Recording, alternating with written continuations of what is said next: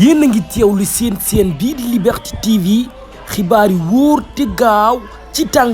bi ñu ngi lay ñaan nga daal di abonné wu te activer cloche de notification yi vidéo bu dëggu nga bokk ci ñu koy njëkk a am. dal leen ak jàmm nag mbokk yi ba tey nag yéen a ngi safoo seen bii di Liberté TV ñoo ngi lay ñaan nga daal di abonné wu activer cloche de notification yi bu fekkente ni nag dañ fi waxtaanee lépp luy actualité politique dana tax a jóg mën ngaa abonné te xam nag yegg si nga.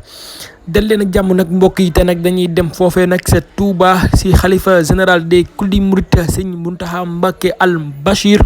mal na ni nag ndigal ndigal nag daal dinay jékkatiku jóge nag ci sëñ Mountakha jëm nag ci Ousmane Sonko. ginnaaw nag moom mi di Ousmane Sonko ab grève de la faim bu mu amal nag toll ci ay fan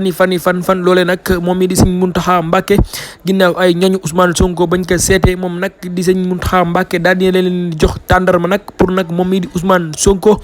mu daal di arrêté boobu les grève de la faim ci ni mu gën a gaawee ndaxte nag jox na leen li nga xam te ne moom mooy tàndarma pour nag ñu jox ko ki nga xam te ne nag moom mooy Ousmane Sonko mu daal di koy lekk ndax daal di arrêté li nga xam te ne nag moom mooy grève de la faim. mais nag dañ bu gisee nag kuy jooy dañ kiy doo wax kiy jooy arrêté sa jooy da nga naan kiy dóor bàyyil dóor yi ndaxte nag lu njiig njaak nag Macky Sall nag mooy njaak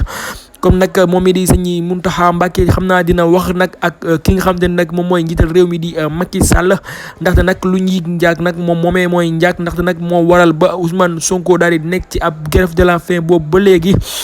mais nag lu ci mën a am daal ndax ndigal daal jub na jëmale nag ci Ousmane Sonko pour nag mu bàyyi li nga xam ne nag moom mooy grève de la faim boobu mu nekk ndaxte nag moom mi nag di sëñ Mountakha Mbacké Al Bachir daal dina yëkkati lu toll ak ci paquet tàndarma nag jox ko ay ñañu Ousmane Sonko pour ñu jox ko pour mu daal di bàyyi grève de la faim. yéen a ngi teewlu seen bii di Liberté TV xibaar yi wóor te gaaw ci tàng